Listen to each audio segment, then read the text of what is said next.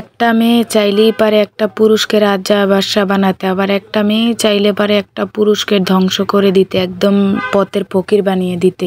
Hello everyone, আসসালামু আলাইকুম। সবাই কেমন আছেন? আশা করছি সবাই অনেক অনেক ভালো আছেন। আজকের ভিডিওটা একটু রান্না বাড়ার থেকেই শুরু করে দিয়েছি। দুপুরে আজকে একটু পেঁপে দিয়ে আলু দিয়ে রান্না করব। তো প্রথমে আমি পেঁপে আলু ছিলে নিয়েছি, এখন একটু কেটে নিচ্ছি। তো আজকে পেঁপে আলু দিয়ে মজার একটা তরকারি রান্না করব রুই মাছ দিয়ে। এদিকে আমি সবকিছু একদম কেটে কুটে ধুয়ে পরিষ্কার করে নিয়েছি। মাছটা আগে থেকে ফ্রিজ থেকে বের করে রেখে তারপরে ধুয়ে পরিষ্কার করে নিয়েছি। এর পাকে একটু ডাল বসিয়েছিলাম, তো ডালটাকে এখন একটু বাগার দিয়ে নেব। এখানে আমি পেঁয়াজ কাঁচামরিচ ভেজে নিয়েছি, তো এখন ডালে বাগার দিয়ে ডালটা নামিয়ে তারপরে মাছটা ভেজে নেব। আজকে দুপুরে বেশি কিছু আয়োজন করিনি, শুধু ডাল আর এক পদের তরকারি রান্না করব। এদিকে আমি মাছটাকে হলুদ লবণ মেখে নিচ্ছি। তো অনেক বড় বড় রুই মাছ, তো এখানে আমি হলুদ লবণ তারপরে মেখে সুন্দর করে নিচ্ছি, তারপরে ভেজে নেব। তো আমার হাজবেন্ড কাছ থেকে আসলে তাকে খেতে দেব, তাড়াতাড়ি করে রান্না করতে হবে। তো যাই হোক, এদিকে আমি একটা কড়াইয়ের ভিতরে গরম তেল বসিয়ে দিলাম। এখন মাছগুলো একে একে দিয়ে সুন্দর করে একদম লাল লাল করে ভেজে নিয়েছি। তো এখন উঠিয়ে নেব। তো এই তো দেখতে পারছেন মাছগুলো সব একদম লাল লাল করে ভেজে নিয়েছি, এখন উঠিয়ে নিচ্ছি। তো তরকারি চড়ানোর জন্য এখানে আমি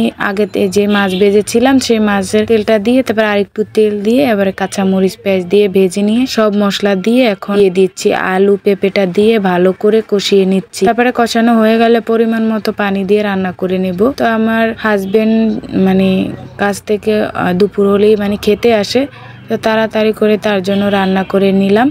তো এই তো এর পাকে আমি ঢেকে একদম রান্না করে নিয়েছি। আমার তরকারিটা রান্না শেষ। এখন একটু আমার চুলাটাকে একটু পুছে নেব। আর রান্নার শেষে তেলে ছিটা গেছে চুলাটার উপরে, তো ভাবলাম একটু তেল ছিটাটা পুছে নিই। দেখতে পারছেন কি একদম বাজে হয়ে গিয়েছে, তো পুছে নিয়েছি। তো যাই হোক, এদিকে আমার মেয়ের অনেকগুলো খাতা আমি সকালে ধুয়ে পরিষ্কার করে রোদে দিয়েছিলাম, তো এখন একটু ভাঁজ করে নেব।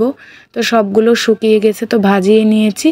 তো এখন ড্রয়ারে রেখে দেব। এই তো আমার মেয়ের অনেকগুলো খাতা আমি সবকিছু ভাঁজ করে এখন ড্রয়ারে রেখে দেব। তারপরে কালকে আমাদের এদিক দিয়ে বাসার সামনে দিয়ে একটা মাটির হাড়ি পাতিল যা লাগে সব নিয়ে বিক্রি করতেছিল। তো আমার একটা ভর্তার দরকার ছিল, এটা দিয়ে দেখি সবাই ভর্তা বানিয়ে খায়। তো আমার পাটায় পুতায় বাড়তে একদম কষ্ট লাগে, তো ভাবলাম এটি একটা কিনে নেই, তা ভালো হবে।